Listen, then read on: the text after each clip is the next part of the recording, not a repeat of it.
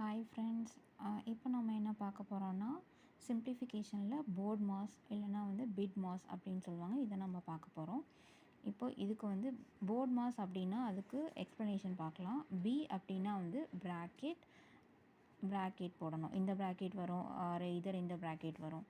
ஓ அப்படின்னா off R multiplication இந்த simple.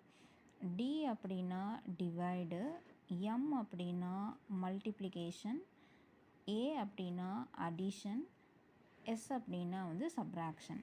இதில் இங்கே பிட் மாஸ்ன்னு இருக்குல்ல, இந்த ஐ அப்படின்னா இன்டீஜர்னு சொல்லுவாங்க, ஆர் இன்டகிரேட்டட் அப்படின்னு சொல்லுவாங்க. ஓகே,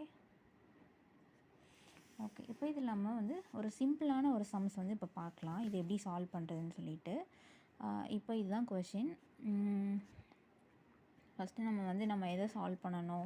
ஃபஸ்ட்டு ப்ராக்கெட் தான் சால்வ் பண்ணணும். ஸோ குட்டி ப்ராக்கெட்லேருந்து நம்ம ஸ்டார்ட் பண்ணலாம். இப்போது 3 × 2 6 -6 டிவைடட் பை 2 இது அப்படியே வந்துடும். நெக்ஸ்ட்டு நம்ம இந்த பெரிய ப்ராக்கெட்டை நம்ம சால்வ் பண்ணணும். ஸோ இதை அப்படியே போட்டுகிட்டே வந்துடலாம். ஸோ இந்த சிம்பிள் ரெண்டுத்துலேயும் பார்த்தா எது ஃபஸ்ட்டு வரும்னா டிவைட் சிம்பிள் தான் ஃபஸ்ட்டு வரும். அப்போ 6 மைனஸ் இது ரெண்டுத்தையும் டிவைட் பண்ணால் என்ன வரும்னா 6 டிவைடட் பை 2 3 வரும். ஸோ இப்படி போட்டுக்கணும். அடுத்து இந்த ப்ராக்கெட்டை நம்ம சால்வ் பண்ணதுக்கப்புறம் தான் நெக்ஸ்ட்டு இதுக்கே நம்ம போகணும். இப்போது 100 + 8 டிவைடட் பை 2 ப்ளஸ் இது ரெண்டுத்தையும் சால்வ் பண்ணால் நமக்கு என்ன வரும்னா 3 வரும், +3 வரும். ஸோ நெக்ஸ்ட்டு நம்ம இதை எப்படி சால்வ் பண்ணணும்னா நம்ம டிவைட் தான் எடுக்கணும். இது ரெண்டும் ப்ளஸ் இருக்குது, ஸோ டிவைட் எடுக்கணும். இது 4ன்னு கிடைக்கும், +3. இப்போ எல்லாமே இது வந்துருச்சு. ஸோ இது எல்லாத்தையும் நம்ம ஆட் பண்ணால் நமக்கு 107 கிடைக்கும். இது ஒரு சிம்பிளான கொஷின் சிம்ப்ளிஃபிகேஷனில்.